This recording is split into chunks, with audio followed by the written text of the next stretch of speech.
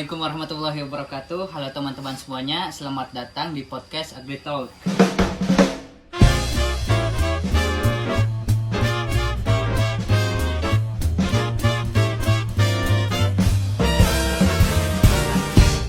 Tempat kita ngobrol santai tapi bermakna seputar pertanian modern. Nah, topik yang kita akan bahas hari ini menarik banget nih, yaitu peran dan tantangan e-commerce dalam produk pertanian.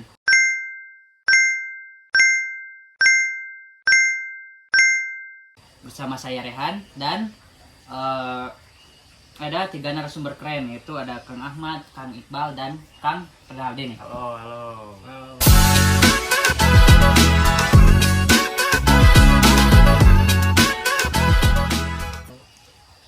Oke, sebelum kita masuk ke pembahasan, mungkin bisa perkenalan singkat dulu nih, dimulai dari Kang Ahmad.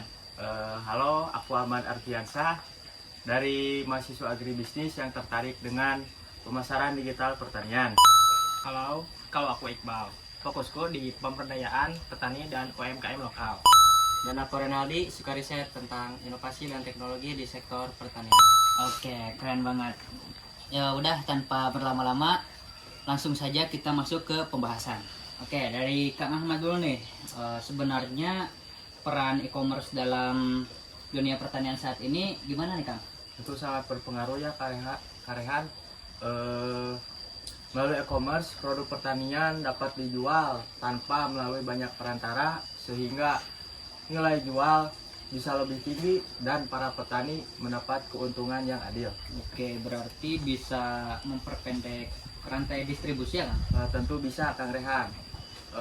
Peran e-commerce ini dapat mempromosikan produk lokal hingga dapat dikenal luas, seperti misal melalui platform Sayur Box dan Tani Hub, sehingga produk lokal dapat dijual ke kota besar dan dapat dijual keluar daerah. Oke, menarik banget nih. Sekarang Kang Iqbal, menurut Akang, apakah semua petani sudah bisa memanfaatkan peluang ini, Kang? Belum semua, Rehan.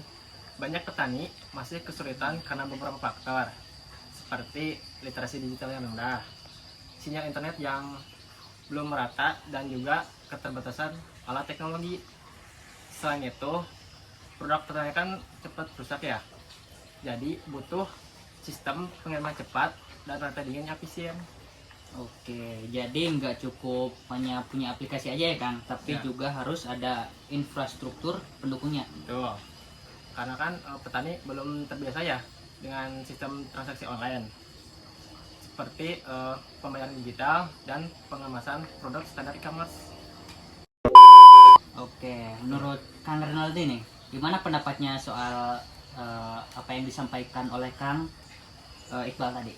Oh, setuju banget, karena tantangan itu nyata di lapangan. Tapi justru disitulah peluang inovasi muncul.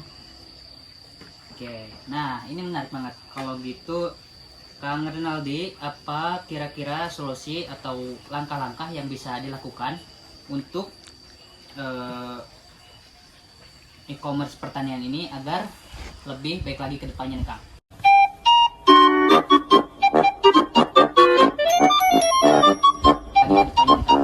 Baik, yang pertama itu perlu pelatihan digital bagi petani supaya terbiasa dengan platform online.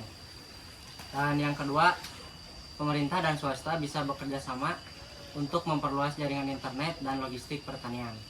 Untuk yang terakhir, penting juga adanya platform ramah bagi petani kecil, misalnya sistem pembayaran fleksibel dan edukasi.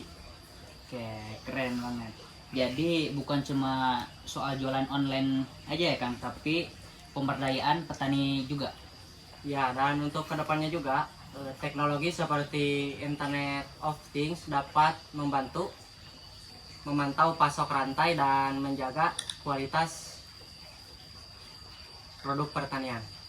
Aku setuju banget, apabila semua pihak berkolaborasi, tidak menutup kemungkinan bahwasanya sektor pertanian khususnya di daerah kita di Indonesia ya dapat lebih berkembang dan efisien.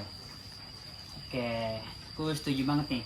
Jadi dari pembahasan kita hari ini dapat disimpulkan bahwa e-commerce ini punya peran yang sangat penting buat memajukan pertanian. Tapi tantangannya masih besar banget. Mulai dari infrastruktur, literasi digital, sampai ke logistik. Terus solusi dari permasalahan ini apa kira-kira? Mulai dari kolaborasi, pelatihan, dan pemanfaatan teknologi yang tepat bisa mendorong kemajuan yang ada di sektor pertanian kita. Nah, sebelum kita tutup nih, masing-masing dari Akang semuanya bisa kasih pesan singkat nih untuk para petani muda dan para pelaku UMKM pertanian. Mungkin dari saya dulu ya. Jangan takut beradaptasi dengan teknologi. Mari kita mulai dengan hal-hal yang kecil terlebih dahulu. Betul. Bangun jaringan dan terus belajar supaya bisa memperkuat di pasar digital. Dan ingat, inovasi nggak harus besar, asal konsisten hasilnya akan terasa. Oke, keren banget. Terima kasih ya buat Kang Ahmad, Kang Iqbal, sama Kang Renaldi. Terima kasih juga buat para pendengar yang sudah setia di AgriTalks. Sampai jumpa di episode berikutnya. Salam pertanian.